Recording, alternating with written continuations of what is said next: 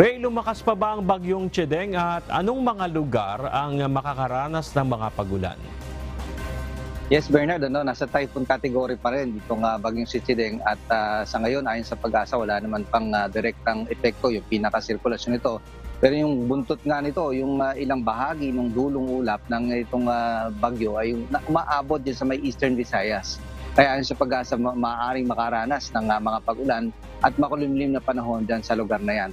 Pero kaninang alas 10 ng umaga, si Chideng ay namataan ng pag-asa layo 920 kilometers sa may silangan niyan ng Northern Luzon at 130 kilometers per hour na yung kanyang taglay ng lakas ng hangin at umaabot sa 160 kilometers yung bugso.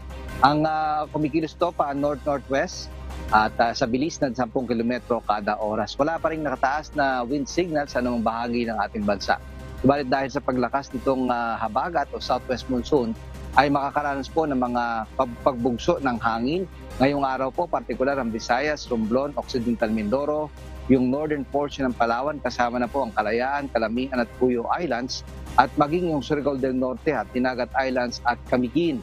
Bukas naman po, magkakaroon din ng malakas na hangin sa Visayas, Calabarzon, Mimaropa, Bicol Region, Camiguin at Dinagat Islands. Sa linggo ay sa Mimaropa, Western Visayas, Bicol Region, Calabarzon, Metro Manila, Ilocos Region, Northern Samar, Zambales, Bataan, Bulacan, Aurora at maging sa Benguet. Ayon sa pag-asa, posibleng sa mga susunod na oras ay inasahan na lalakas pa itong bagyo si Chideng at bago ito lumabas ng Philippine Air Responsibility sa araw ng Martes or Lunes next week na, at by weekend ay nandiyan pa rin yan sa ating PAR.